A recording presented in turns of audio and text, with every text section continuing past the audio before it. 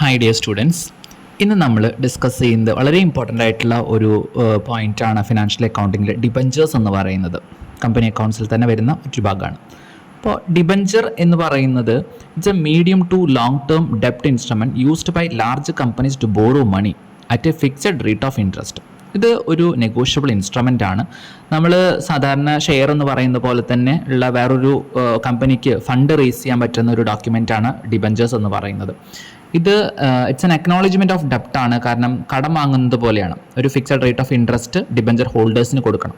അപ്പോൾ നമ്മളൊരു investment opportunity ആണ്. അപ്പോൾ ആൾക്കാർക്ക് ഇൻവെസ്റ്റ് ചെയ്യുന്നെങ്കിൽ എന്ത് ചെയ്യാം, ഡിബഞ്ചേഴ്സിൽ ഇൻവെസ്റ്റ് ചെയ്യാം. ഓക്കെ, അപ്പോൾ ഒരു മീഡിയം ഓഫ് ലോങ് ടേം ഡെപ്റ്റ് ആണ്. ഇനി എന്താണ് ഡിബഞ്ചറിൻ്റെ നേച്ചർ, അല്ലെങ്കിൽ ഇതിൻ്റെ ഫീച്ചേഴ്സ് എന്തൊക്കെയാണ് എന്ന് നോക്കുമ്പോൾ നമുക്കൊന്നും കൂടെ ക്ലിയർ ആവും എന്താണ് ഡിബഞ്ചർ എന്നുള്ളത്. ഇറ്റ് ഈസ് എ ഡെപ്റ്റ് ഇൻസ്ട്രുമെൻറ്റ്. ഇതൊരു ഡെപ്റ്റ് ഇൻസ്ട്രുമെൻ്റ് ആണ്. നമ്മൾ കടം വാങ്ങുമ്പോൾ അതിന് നമുക്ക് കിട്ടുന്ന ഒരു ഡോക്യുമെൻ്റ് ആണ് എന്ത് ഡിബഞ്ചർ എന്ന് പറയുന്നത്. And it is issued under the seal of the company. ഇത് ഇഷ്യൂ ചെയ്യുമ്പോൾ കമ്പനി നോർമലി ഷെയർ ഇഷ്യൂ ചെയ്യുന്ന പോലെ തന്നെ കമ്പനി ഇഷ്യൂ ചെയ്യുന്ന മറ്റൊരു ഡോക്യുമെൻ്റ് ആണ്, മറ്റൊരു ഇൻസ്ട്രുമെൻ്റ് ആണ് ഡിബഞ്ചേഴ്സ് എന്ന് പറയുന്നത്. അതിൽ കമ്പനിയുടെ സീൽ ഉണ്ടായിരിക്കും.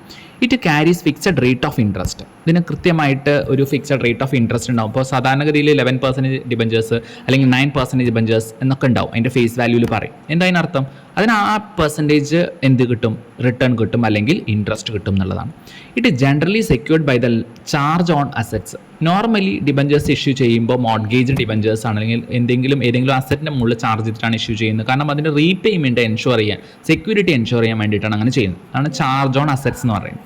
Then it represents loan capital. കമ്പനിക്ക് എപ്പോഴും അതൊരു ലോൺ ക്യാപിറ്റലാണ്. അതിൻ്റെ അത് ബാലൻസ് ഷീറ്റിൽ കാണിക്കും ഡിബഞ്ചേഴ്സ് എന്ന് പറഞ്ഞിട്ട്. കമ്പനി ലോൺ എടുത്ത പോലെയാണ് അത്. അതുകൊണ്ടാണ് റെപ്രസെൻറ്റ്സ് ലോൺ ക്യാപിറ്റൽ എന്ന് പറയുന്നത്. It is repaid after long period. ഒരു ലോങ് പീരീഡ് കഴിഞ്ഞാലാണ് അത് റീപേ ചെയ്യുന്നത് സാധാരണഗതിയിൽ. അതേപോലെ തന്നെ ഷെയർസിനുള്ള പോലെയുള്ള വോട്ടിംഗ് റൈറ്റ് ഡിബഞ്ചേഴ്സിനില്ല. അപ്പോൾ അത് ഒരു കടം വാങ്ങിയ പോലെ തന്നെയാണ്. അപ്പോൾ അതുകൊണ്ട് അവർക്ക് എന്തുണ്ടാവില്ല, വോട്ടിംഗ് റൈറ്റ് ഉണ്ടാവില്ല.